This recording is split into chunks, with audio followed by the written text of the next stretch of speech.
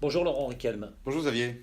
Pouvez-vous nous expliquer en quelques mots quels sont les aspects les plus marquants de la réforme de la formation professionnelle?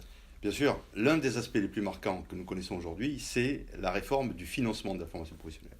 Aujourd'hui, nous savons que c'est l'État qui va remettre la main sur les fonds de la formation professionnelle et qui va réorienter ces fonds en fonction des différents dispositifs qui, bien sûr, sont revisités eux-mêmes.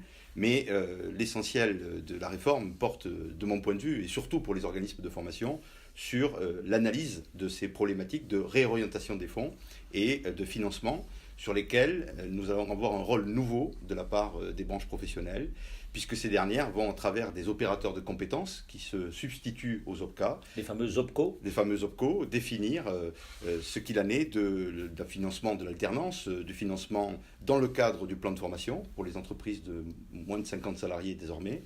Mais surtout, un élément nouveau, c'est que les financements vont être définis à travers des orientations qui sont celles de France Compétences, nouvel établissement public créé par l'État. Euh, Si je comprends bien, l'URSSAF reversera à France Compétences qui sera chargé de dispatcher ces fonds. C'est ça, c'est effectivement l'URSSAF qui, à partir du 1er janvier 2021, va être amené à solliciter et à recouvrer les fonds auprès des entreprises à travers les cotisations mensuelles. Et l'URSSAF ensuite va reverser ces fonds selon les orientations qui seront définies par le nouvel établissement public qui est dénommé France Compétences. Merci Laurent. Merci à vous.